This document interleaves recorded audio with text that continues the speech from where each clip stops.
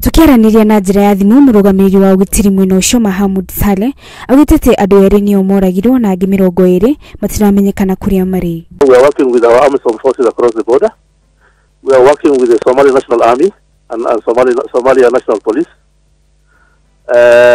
Local communities on both sides are cooperating.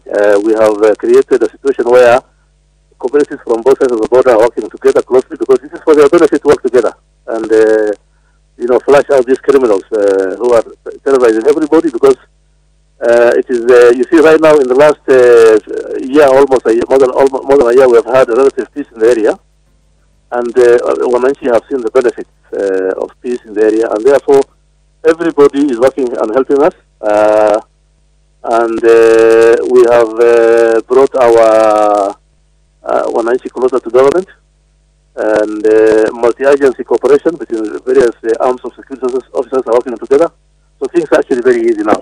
Oho augite kwa rio ya Kalengelesa iri muhaka-ini wa Kenya na Somalia na aruti a wira kwari-ini yo maikaraga kuu. Saleh augite uthuthuria ni wambikitwo niguo gucarania na ekinae aria matafanirie tharikire yo. Our officers on both sides, we have got AMISOM on the other side, AMISOM forces, where Kenya has a contingent, and our security officers on our side, both multi-agency security officers are doing a good job there.